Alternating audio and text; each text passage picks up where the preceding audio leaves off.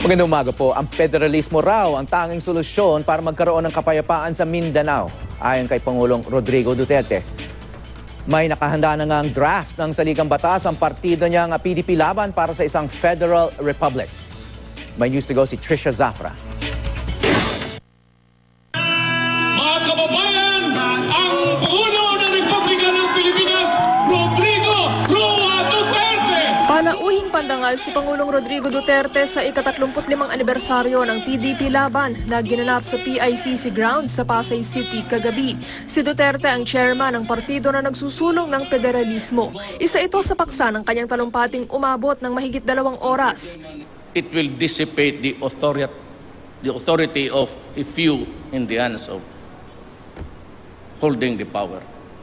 Ako, pag naratipa yan, na plebisito yan, at gets the nod of the Filipino people, I will step down. Sabi pa ni Duterte, ang federalismo ang tulay sa kapayapaan sa Mindanao. Walang tumitingin sa Mindanao. This I can tell you. Pabalik-balik to. Kung hindi mo ibigay sa Moro yung federal setup, this country will never be peaceful. Mahaba rin ang naging mensahe niya tungkol sa korupsyon. Ikinwento niya ang tangkang panunuhol daw sa kanya noong mayor pa siya ng Davao ng isang may-ari daw ng isang kumpanya ng sigarilyo para aregluhin ang isang tax case. Pangako ni Duterte, sino man daw sa mga anak niya ang masangkot sa korupsyon, magbibitiw siya sa pwesto sa ngalan ng delikadesa.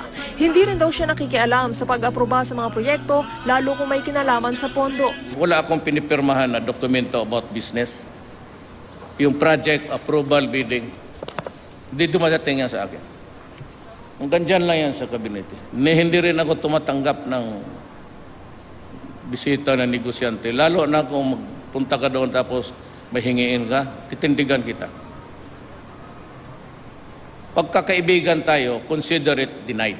Payo niya sa mga Pilipino para mabawasan ang korupsyon, manindigan laban sa pangingikil. Kayong Pilipino kasi, pumapayag rin kayo. Pagkahinian ka dyan sa parking na yan, sabihin mo, ano tingin mo sa akin? Gatasan?